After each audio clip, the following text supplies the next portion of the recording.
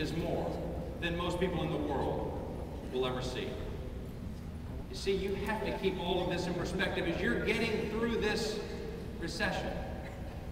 You have to realize that even at the lowest time, even in those months when you don't close on something, even on those months that you don't experience some sort of excitement and celebration of closing a deal, that even at the lowest point, the life we live is so tremendous compared to the rest of the world.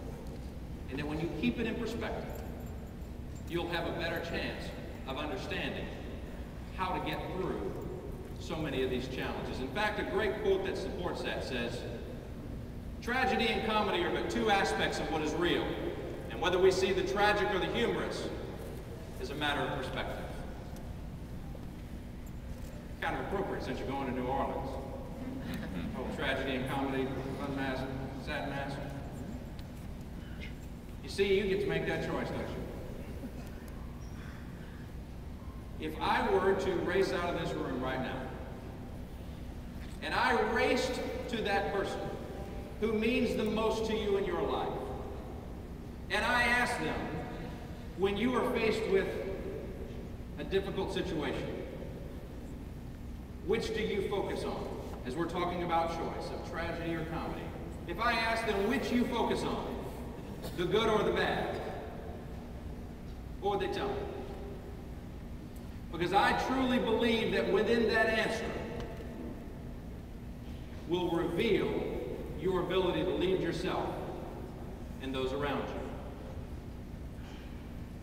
Within that answer reveals whether or not you will successfully make it to the other side of this recession.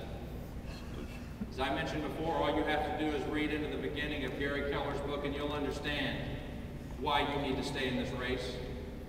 All you need to understand is getting to the other side, to that lag. All you have to do is understand the law of equilibrium, and you know that you've made a right decision to be here. You know that you have looked at all the options and realized this is the best place for you to be.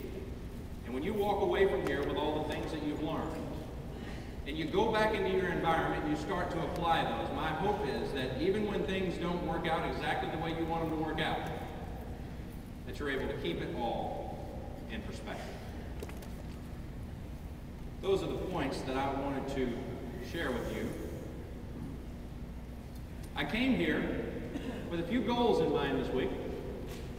Number one, I wanted to make sure that if you were going to dedicate an hour and 15 minutes of your life to sitting and listening to me, if you were going to allow me the honor and the privilege to stand on this stage as your keynote speaker, I wanted to make sure that we started the day with you having a little fun. Did you have a little fun this morning?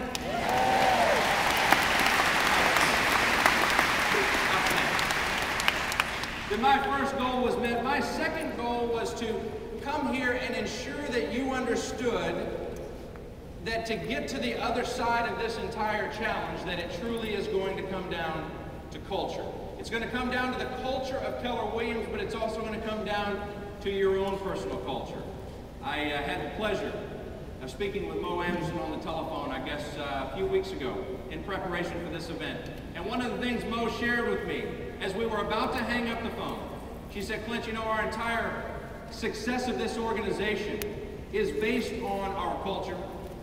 And one of the things it's truly based on is one simple philosophy, and that is that God and family come first, and our business comes second."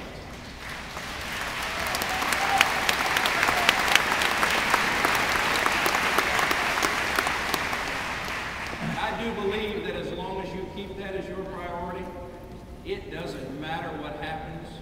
In the end, you will have had your priorities right. And I also believe that each and every one of you will be blessed because of your commitment to that one very simple philosophy. But here's what I challenge you to do.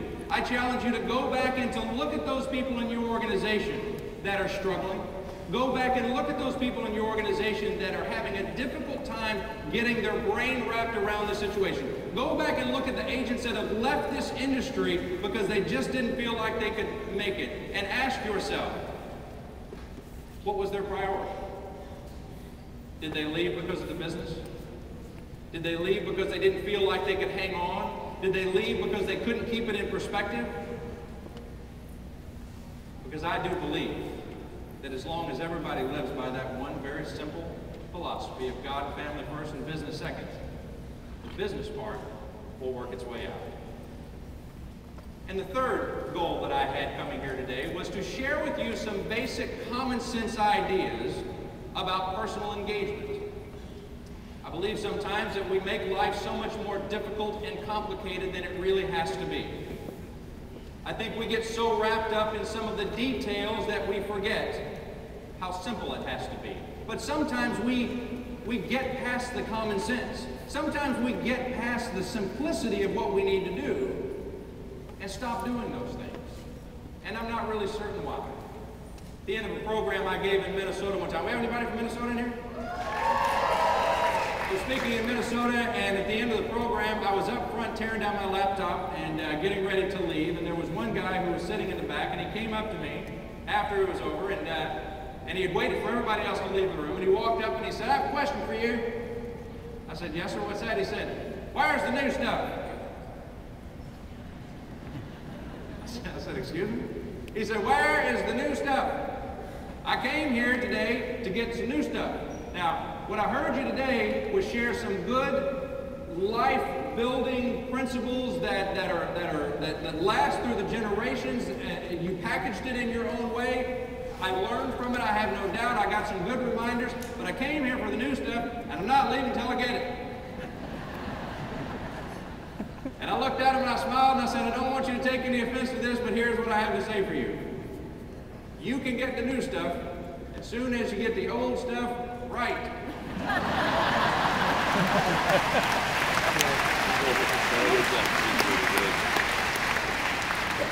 We are so